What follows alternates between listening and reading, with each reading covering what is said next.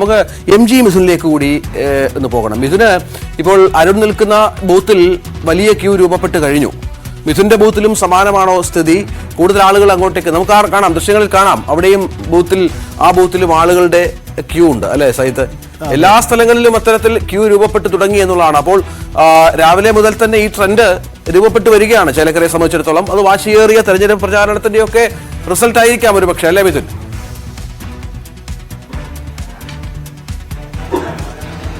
തീർച്ചയായും Ranjith, your Pradeep vote രേഖപ്പെടുത്താൻ വരുന്ന ഗുരുകുലം സ്കൂളിലാണ് ഞാനിപ്പോൾ ഉള്ളത്. അവിടെയാണ് രാവിലെ മുതൽ തന്നെ വലിയ രീതിയിൽ ആളുകൾ ഇവിടേക്ക് വോട്ട് ചെയ്യാൻ എത്തിയിട്ടുണ്ട്. അവരോട് തന്നെ നമുക്ക് ചോദിച്ചു നോക്കാം. ചേട്ടാ, എല്ലാ തവണ ഇങ്ങനെ രാവിലെ വരാറുണ്ടോ വോട്ട് ചെയ്യാൻ? ഇല്ലല്ലേ, ഞാൻ ജോലിക്ക് പോകണ്ട. ഇവിടെ പൊതുവതിയാണ് രഞ്ജിത്ത്. എങ്കിൽ പോലും തന്നെ രാവിലെ മറ്റു ജോലികൾക്കൊക്കെ പോകുന്നവർ രാവിലെ തന്നെ വോട്ട് രേഖപ്പെടുത്തിയിട്ട് പോകുന്നതിന് വേണ്ടി തന്നെയാണ്.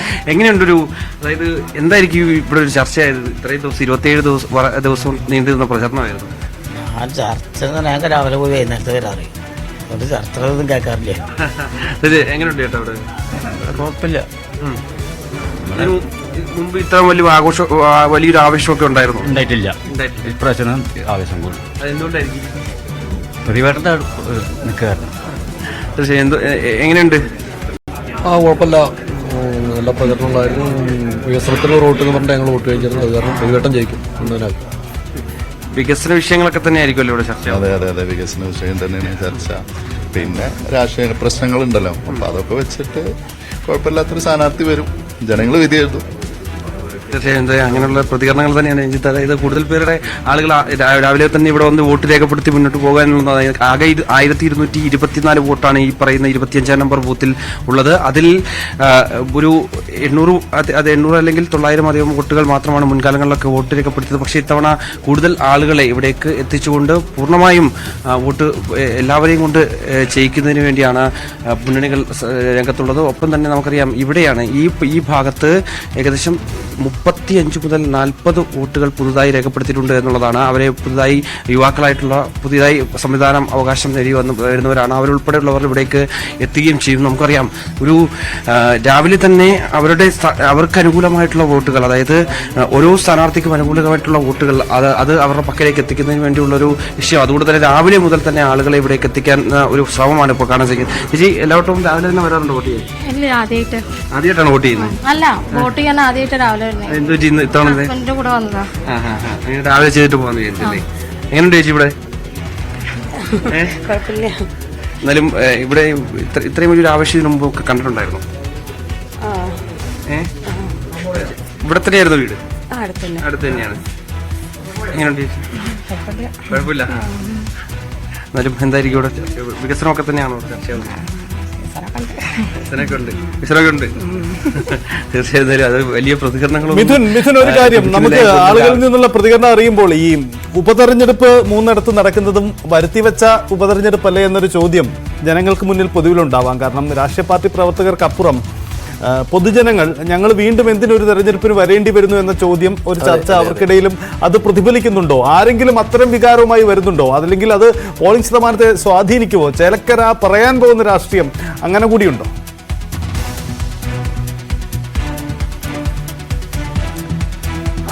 അങ്ങനൊരു സാഹചര്യം നിലവിലില്ല എന്നുള്ളത് തന്നെയാണ്. കാരണം നമ്മൾ കഴിഞ്ഞ 27 ദിവസമായി ഇവിടെ പ്രചരണ രംഗത്ത്, അല്ലെങ്കിൽ ഈ സ്ഥാനാർത്ഥികൾക്കൊപ്പവും ഒപ്പം തന്നെ മറ്റ് നാട്ടുകാരുമൊക്കെയായി നമ്മൾ പല രീതിയിൽ സംസാരിച്ചിരുന്നു. പക്ഷേ പ്രതിപക്ഷം പാർട്ടികൾ ഉന്നയിക്കുന്നത് ഒഴിച്ചു കഴിഞ്ഞാൽ ഇവിടുത്തെ നാട്ടുകാർക്ക് അങ്ങനെ ഒരു പ്രശ്നമില്ല എന്നുള്ളതാണ്. പക്ഷേ യുവർ പ്രദീപ് അവർക്ക് നേരത്തെ അറിയാവുന്ന സ്ഥാനാർത്ഥിയാണ്. ഒപ്പം തന്നെ 2016 ഇവിടെ പ്രതിനിധീകരിച്ച് വിജയിച്ചു കയറിയ സ്ഥാനാർത്ഥിയാണ്. അതുകൊണ്ട് തന്നെ അവർക്ക് നന്നായിട്ട് അറിയാവുന്ന ആൾ തന്നെയാണ്. ഒപ്പം തന്നെ രമ്യ ഹരിദാസിനെ, പ്രത്യേകിച്ച് 2019 ആലത്തൂരിൽ നിന്ന് വിജയിച്ച് MP ആയതാണ്. ചേലക്കര മണ്ഡലം ഉൾപ്പെടെയുള്ള ഒരു ലോക്സഭാ മണ്ഡലം കൂടിയാണ് ആലത്തൂർ. അങ്ങനെ രമ്യ ഹരിദാസിനെ പ്രത്യേകിച്ച് അറിയാവുന്ന ആളുകൾ തന്നെയാണ് ഇവിടുത്തെ ജനങ്ങൾ. അതുകൊണ്ട് തന്നെ ഒരു വരുത്തിവെച്ച ഒരു തെരഞ്ഞെടുപ്പ് എന്ന രീതിയിലുള്ളൊരു പ്രചരണം പ്രതിപക്ഷ പാർട്ടികൾ അങ്ങനെ വലിയ രീതിയിൽ നടത്തുന്നില്ല എന്നുള്ളതാണ് ചേലക്കരയെ സംബന്ധിച്ചുള്ളത്. കൃത്യമായി രാഷ്ട്രീയം പറഞ്ഞ് തന്നെ മുന്നോട്ട് പോകുന്നു. വികസന വിഷയങ്ങൾ ഉയർത്തിക്കാട്ടിക്കൊണ്ട് യുവർ പ്രദീപ് വോട്ട് തരണമെന്നുള്ള ഒരിക്കൽ കൂടി വോട്ട് തരണമെന്നുള്ള അഭ്യർത്ഥന നടത്തുമ്പോൾ രമ്യ ഹരിദാസ് ഒരു മാറ്റത്തിന് വേണ്ടിയുള്ളൊരു വോട്ട് നൽകണമെന്നുള്ള നിർദ്ദേശമാണ് മുന്നോട്ട് വെക്കുന്നത്. കാരണം കാലാകാലങ്ങളായി വികസന മുരടിപ്പ് ഈ മണ്ഡലത്തിൽ ഉണ്ട്. അതുകൊണ്ട് തന്നെ അതിൽ മാറ്റം വരണമെങ്കിൽ തങ്ങൾക്ക് അനുകൂലമായി വോട്ട് രേഖപ്പെടുത്തണമെന്നുള്ളൊരു അഭ്യർത്ഥനയാണ് UDF സ്ഥാനാർത്ഥി മുന്നോട്ട് വെക്കുന്നത്. ഒപ്പം തന്നെ BJP യിലേക്ക് വരുമ്പോൾ BJP സ്ഥാനാർത്ഥി, കാരണം നമുക്കറിയാം മുൻകാലങ്ങളിലൊന്നും കാണാത്ത പോലെ തരത്തിലുള്ള ഒരു പ്രകടനം അല്ലെങ്കിൽ അത്തരത്തിലുള്ള സജീവമായ പ്രവർത്തനം ഏകോപിപ്പിക്കാൻ BJP സ്ഥാനാർത്ഥിയെ കൊണ്ട് സാധിക്കുന്നു, അല്ലെങ്കിൽ BJP പ്രവർത്തകരെ കൊണ്ട് സാധിക്കുന്നു.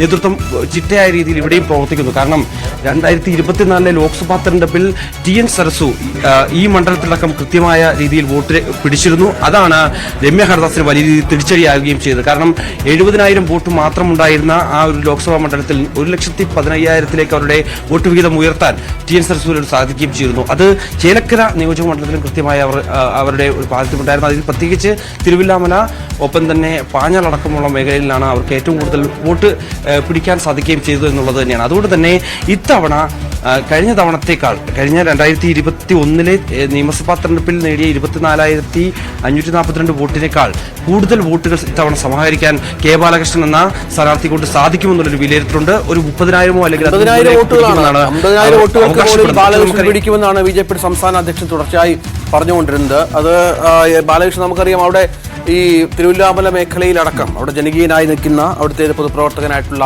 നേതാവ് കൂടിയാണ്. അങ്ങനെ നേരത്തെ മിഥുനും അരുണുമൊക്കെ പറയുന്ന പോലെ വാശിയേറിയ പോരാട്ടമാണ് അവിടെ. നമ്മൾ സാധാരണ ഒരു ഈസി വാക്ക് ഓവർ അല്ല ഒരിക്കലും